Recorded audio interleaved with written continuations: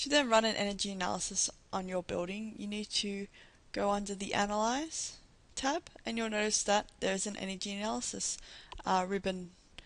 You pretty much take this step by step. So firstly, your energy settings. These are what are going to control the results, and as much as you put in here is up to you, but the more you put in, the better your results, or more accurate your results are going to be. So from the material that I have in the PDF, you can go ahead and you can look at all the components that you can fill in, everything up from conceptual constructions, so wall thicknesses, types of insulation, things like that.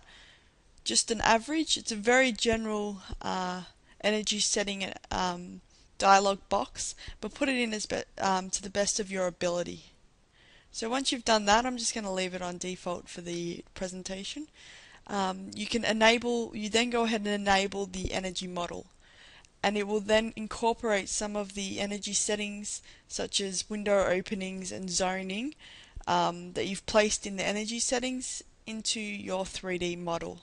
But you'll notice, there we go, it has been split up into those sections or those zones, and all these openings are based on the percentage of openings for the windows you would have. You may not have windows in all this area, in all these areas, but it's just a general overview. You may have a full glass wall here and then less windows here, but this is just a general analysis. The next thing is to run the energy simulation. You have to make sure that you have been logged in at the top of your screen, because it's going to run in the cloud with Autodesk. So if you're logged in, it will run in your account, and your results will come back to you in Revit when they're done. So it's really helpful, because you can then continue on to play with your mass, perhaps modify it, add a different mass in. It's up to you how you want to do it. So you can see here now it's turned into this grey mass, and now you can give it a name. We're just going to call it Trial 1. Oops, sorry, I have cap locks on. Trial 1. Continue. And it's, as you can see, it's starting the energy simulation in the bottom left hand side of your screen. Once that gets underway, you'll notice that it returns back to its, more or less, the project returns back to its normal state, so you can play with it, modify it, add more, take some out. It's up to you. So now it's running the energy simulation,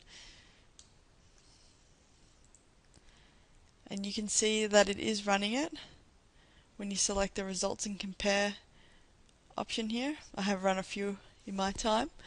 So you can see down here under trial, it's 40% done, 42% done. So it's running it whilst it's in the cloud, and you can continue on with your project. So we'll come back to this once it's done.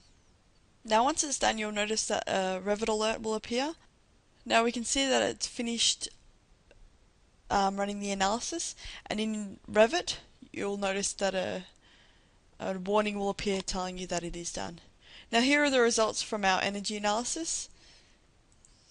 You can see that we have a small diagram of the building as well as the results, which you can compare on Autodesk WikiHelp. They have a great helpful site there that you can find out what exactly that they mean. You can also run different energy analysis. For example, here I ran one earlier where I had option 2 and option 1, and you can actually compare them alongside each other. We can actually compare those two options by holding down Control and selecting them, and then select the compare button, and we can compare the 3 different options that we have and their results.